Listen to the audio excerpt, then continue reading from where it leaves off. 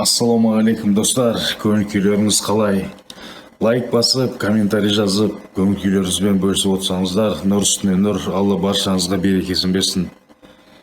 Мен сіздермен 10 саусақтың мағынасы жайлы кішкене қазақ би шешендерінің әңгімесінен бір үзіндісін бөліскім келіп тұр.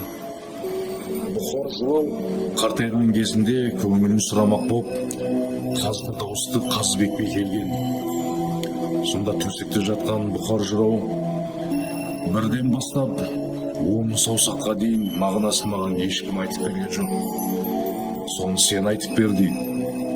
Сонда Қазыбек бидің жауап берген сөзі: бір дегеніңіз бірлігінен айырылған ел жаман, екі дегеніңіз егесіп өткен ел жаман, үш дегеніңіз үш қонақты шілдеден шошынған ат жаман, төрт дегеніңіз білікті адамнан белгілі бала туылмаған жаман, алты дегеніңіз аймағын билете алмаған кісі жаман, жеті дегеніңіз жетем деген мақсатына жете алмаған жаман, сегіз дегеніңіз еркесіз бастаған қой жаман, тоғыз дегеніңіз толғанғаныңыз, он деген өткеніңіз ол дүниеге жеткеніңіз деп жауап берген екен Қазыбек би.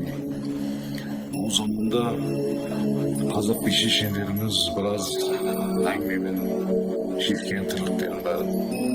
Алла бұйыртса, қазақ би шешендерінің әңгімесімен кішкене үзіндісін бөлісіп отырамын.